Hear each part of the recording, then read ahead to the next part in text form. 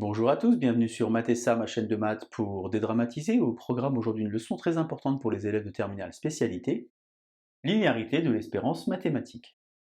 Pour me soutenir, je vous invite évidemment à vous abonner à Mathessa, c'est rapide et gratuit. Je vous rappelle également que depuis la rentrée 2023, vous avez sur www.mathessa.fr tous les documents support pour une année scolaire sereine et réussie. Nous sommes aujourd'hui dans le chapitre de terminale spécialité qui traite de la somme de variables aléatoires. Je vous insère comme d'habitude le lien vers la playlist du chapitre afin que vous puissiez vérifier vos acquis et vos connaissances. Connaissez-vous par exemple les définitions de l'espérance mathématique, de la variance ainsi que de l'écart-type? On a donc aujourd'hui, et c'est très important, une propriété, x une var, une variable aléatoire réelle, qui est définie sur un univers noté oméga, et p une probabilité sur oméga. Alors pour tout réel a et b, on n'a que e de ax plus b, c'est a, e de x plus b. Je vous propose, une fois n'est pas coutume, de démontrer cette propriété.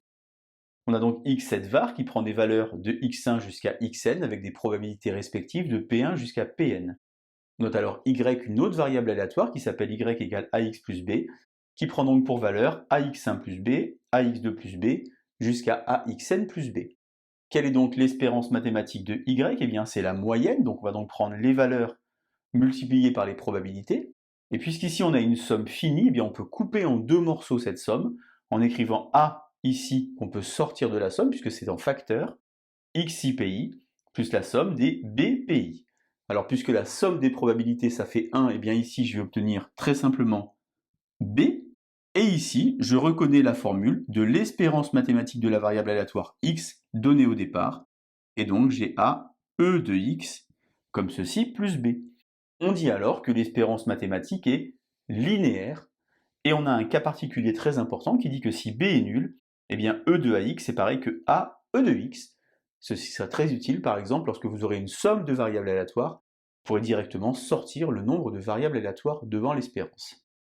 Alors un petit exercice vraiment sans prétention.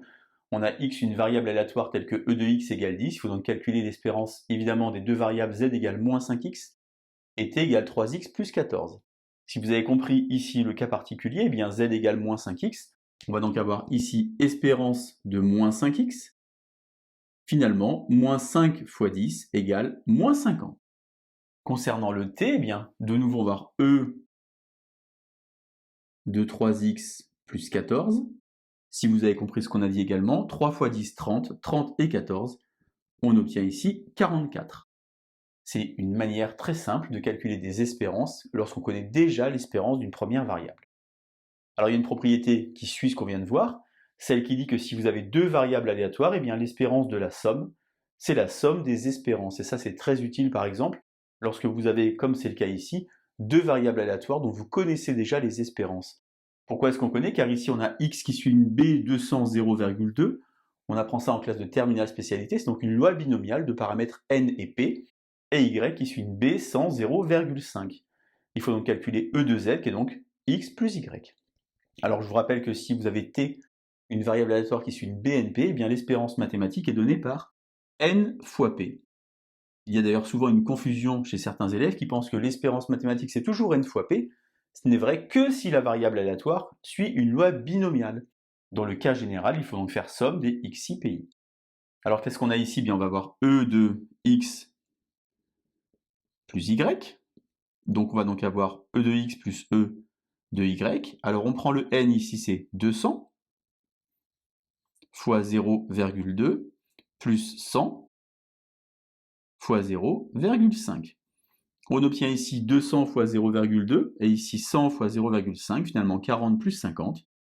L'espérance de z vaut donc ici 90. Voilà donc linéarité de l'espérance mathématique avec deux choses très importantes.